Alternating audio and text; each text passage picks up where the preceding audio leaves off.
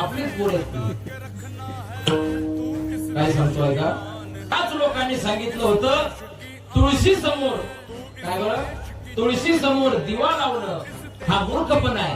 पण तीच लोक काल नकली झाडांना लाइटिंग गुंडाळून त्याच्या पाया पडत होती. महाशानपणा आहे का?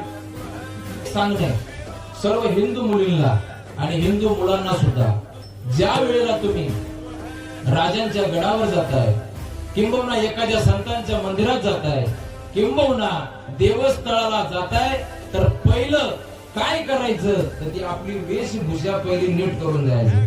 कोणत्याही देवाच्या ठिकाणी जीन्स पॅन्ट टी शर्ट फाटलेले असे कपडे असं कसंही जायचं.